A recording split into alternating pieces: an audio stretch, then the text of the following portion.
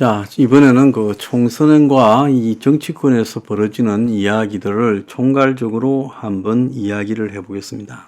자, 최근에 보면 이 총선 전망이 한때는 야권이 10한 5% 안팎으로 총선에서 더 많은 지지를 받을 것이다 라고 됐는데, 요 근래는 국민의힘 여권이 내부의 파열음에도 불구하고 상당히 따라잡았는지 이제 비슷하거나 오히려 국민의힘이 더 나을 것이다라는 전망까지 나오고 있습니다.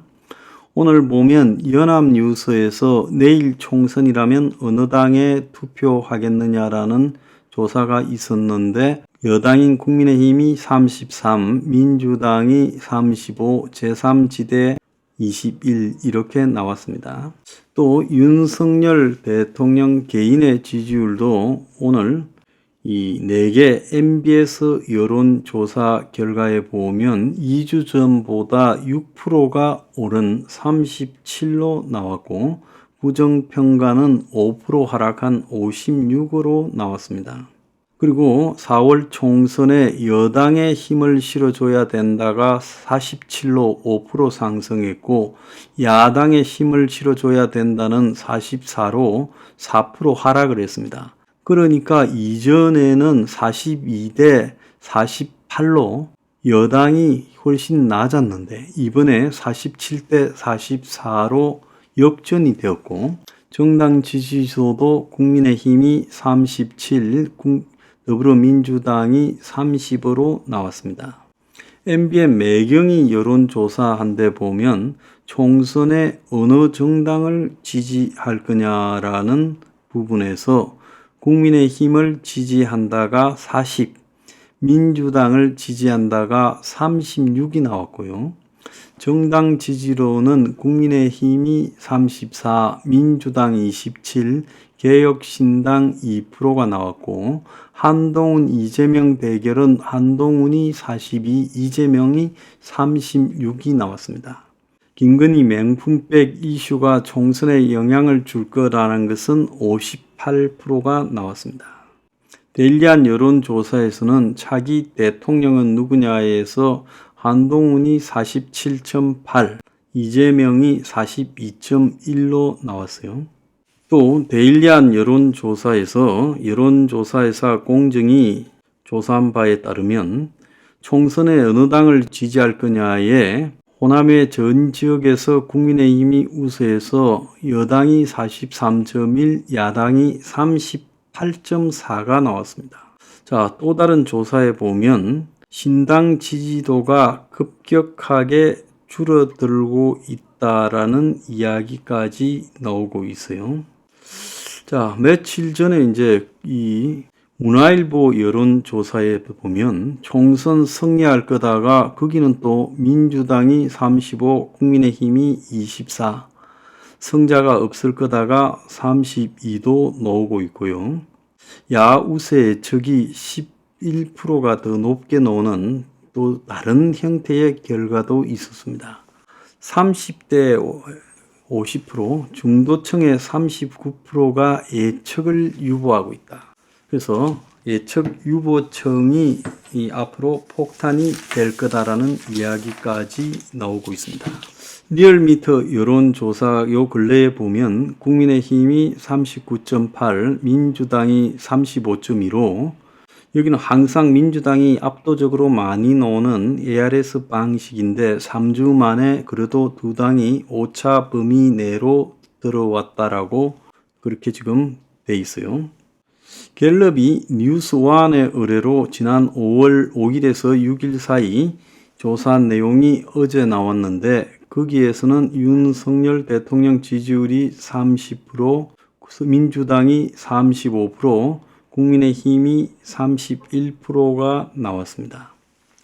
그래서 전체적으로 보면 과거에 민주당이 이길 것이다가 압도적으로 많았는데 최근에는 국민의힘이 총선에서 이길 것이다. 지금 또 국민의힘이 더 높다라는 여론조사까지 나오면서 사실상 총선 예측이 원점으로 돌아갔고 여권 지지가 수도권에서도 올라가는 양상, 특히 서울과 인천에서도 올라가서 지금 이 서울, 인천, 경기 등에서도 좀 올라가며 그래서 수도권에 한번 해볼 만한 게 아닌가라는 그런 지금 이야기도 일부 나오고 있어요. 자, 그래서 여의도 정가의 이 뼈가 굵은 어떤 분의 이야기를 들으면 완전 한국 정치 원로분이 하신 이야기를 내가 전해 들었는데요. 솔직히 이번 총선판 어떻게 될지 모르겠다. 지금까지 있었던 엎치락 뒤치락은 전부 이제 제로 상태가 되어버린 것 같고 여건은 여건대로 야건은 야건대로 실수들이 너무 많았다. 그래서 서로가 다 장단점을 상쇄해버렸고 지금부터 공천을 하는 과정에서 나타나는 후유증들이 어느 쪽이 더 심각하냐에 따라서 좌우될 것 같고 신당 세력들이 힘을 잃어가는 것 같다라는 것이 자신의 시각이라고 했습니다. 그래서 한치 앞도 내다보지 못하는 총선이 되어가고 있다라는 거예요. 자, 여기에 이제 어제 대통령의 이 KBS하고의 녹화 대담 방송이 밤에 10시에 방송이 되었습니다. 자, 그 내용에 대해서 지금 여러 보수 언론 사설들은 윤 대통령 신년 녹화 대담 내용 형식도 많이 아쉽다. 윤 다시는 이런 일이 없도록 처신, 명품백 해명, 초심 회복의 계기로 특히 조선일보는 내용 형식이 미흡한 윤 대담이다. 앞으로 조심하겠다라는 약속이라도 지켜야 될 것이다. 그리고 윤 대통령 명품백 해명이 국민 우려 해소에는 미흡했다. 대충 이런 식으로 평가가 나오고 있습니다. 자, 윤 대통령 입장에서는 한번 잘못 해명했다가는 감당이 불가한 상황인데 왜 그래 보수 언론들이 미흡하다라고 평가할 만큼의 사과를 했을까요? 그것은 현 전국 상황에 대해서 일정하게 나름 자신을 회복한 걸로 보입니다. 어제 윤 대통령은 대통령과 여당 대표의 관계는 사사로운 관계가 아니고 한동훈의 총선 후에 보자고 했다라고만 말을 했습니다. 그런데 요 근래 나타나는 여러 모습을 보면 이 한동훈과 윤석열 두 사람 사이에 지금 있었던 문제들이 어느 정도 정리가 되고 결국은 그 부분에서 윤의 의지가 상당히 관철되었다라고 저는 그렇게 보고 있습니다. 그래서 지금 자신감의 회복이 어제 KBS TV 대담회에서 비올백 관련 사과는 한마디 없었다고 좌파 언론이 이 볼멘 소리를 하고 있고 조선일보가 이 부분을 보도하는 키워드는 몰카 공작이고 그리고 대통령의 해명이 나름 좀 아쉽다는 거예요. 조선일보의 일면 머리기사 제목이 매정하게 못 끊어서 아쉽다. 누구하게 박절하게 대하긴 참 어렵다라고 한 걸 강조했어요. 중앙일보도 이 일면에 몰카 공작에 당한 건 맞지만 매정하게 못 끄는 건 아쉽다라고 하면서 결국은 어제 대담으로 상황을 완전히 진화하지는 못할 것이다라고 그렇게 우려를 담고 있어요. 중앙일보도 사설에 대통령 해명이 대체로 솔직하긴 했지만 국민들의 우려를 말끔하게 해소하기는 미흡했다 하고 중간쯤 서 있는 한국일보는 대통령 부부의 공적 처신은 누구보다 엄격해야 된다. 이에 대한 문제 제기를 심각히 여기지 않는 대통령실의 모습은 민심의 거부감을 키울 수밖에 없다라고 지적을 했습니다. 좌파 언론들은 뭉툭한 질문에 일방적인 국정 홍보였다 말했습니다. 그런데 어제 그런 방식으로 대담하는 것을 택한 것은 결국은 현 국정 상황에 대해서 나름 자신감이 좀 생겼다라는 관점에서 그런 수준으로 대응했다라고 봐야 될 것 같아요. 자, 최근에 보면 야당이 총선에 이기기 위해서 비례대표고 지역이고 야권 전체를 똘똘 말아서 이기기 위한 준연동형 비례대표 제도를 그대로 가겠다는 거 아니에요. 2020년에 그 논란이 많았던 위성정당 쇼 말입니다. 자, 그래서 지고 나서 다 잃으니 욕먹더라도 한석이라도 이기고 보겠다라는 이재명 특유의 지금 집착이 작용을 하죠. 그리고 비례뿐만 아니라 지역에서도 정의당의 심상정이나 진보당 강승희에 대한 배려를 해서 그 지역에 후보를 내지 않겠다고 했습니다. 자, 최근에 보면 여권이 이 의료개혁, 그래서 의사 정원 확대를 밀어붙이고 있어요. 그래서 이런 부분들이 의사들은 대체로 다 보수 세력에 가깝다라고 봐야 되는데 그들을 갖다가 진압하면서라도 지금 국민들 다수에게 의료개혁을 하고 있다라는 모습을 보이겠다라고 작정을 했어요. 그래서 이런 부분들이 이제는 여건이 퍼붓는 각종 선거 정책 공세, 또 한편으로 지금 여권 내부의 물갈이와 관련해서 굉장히 강하게 진행되고 있죠. 그래서 지금 물갈이하는 모습들을 보면 김태호나 서병수 이런 사람들도 다 낙동강 벨트, 그러니까 PK 지역에서 위험한 김해 양산에 출마하라. 그게 뭐 오답니다. 출마 안 하려면 나가라. 김기현도 울산에서 가장 어려운 민노총 세력이 강한 울산 북구로 옮겨라. 자, 이렇게 해요.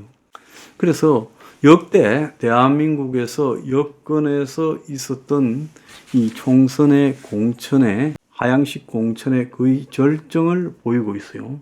그럼에도 불구하고 강서에서 공천에 원천 배제된 김성태 의원 하나만 지금 반발하고 있고 저항하고 있지, 여권 내부에서 나머지 저항하는 사람은 없다라는 겁니다. 김 전 의원은 노동운동을 통해서 뼈대가 굵은 현장 타입이기 때문에 그런 저항이라도 해보죠.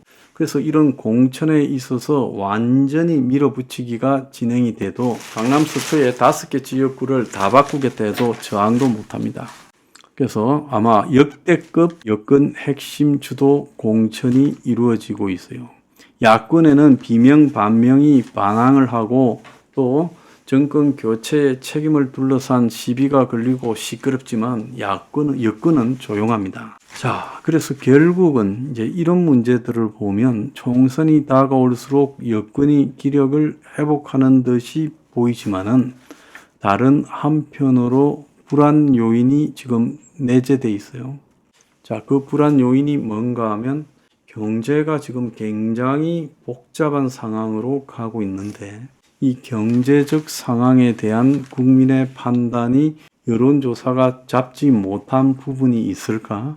집값 하락이 심각하게 진행이 되고 있고 부동산 PF 문제 이런 것들이 심각하게 진행이 되고 있는데 그래서 전체적으로 민생의 어려움이 가중되는데 이런 것이 과연 여론조사가 다 잡아냈을까?